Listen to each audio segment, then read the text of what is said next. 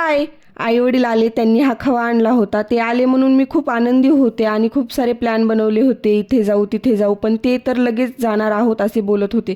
मग काय सगळा मूड ऑफ झाला होता. पण तरी मूड ऑफ न होऊ देता काय करता येईल?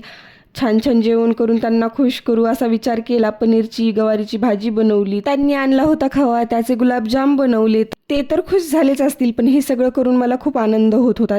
जाण्याची त्यांची सुद्धा इच्छा होत नव्हती. नातूसोबत खेळणे, त्याचे लाड पुरवणे त्यांना खूप आवडत होतं. दुपारी जाणार तर रात्री जाण्याचा विचार केला. मी तर त्यांना थांबा बोलत होते, पण कामामुळे कुणालाच थांबता तर येत नाही ना.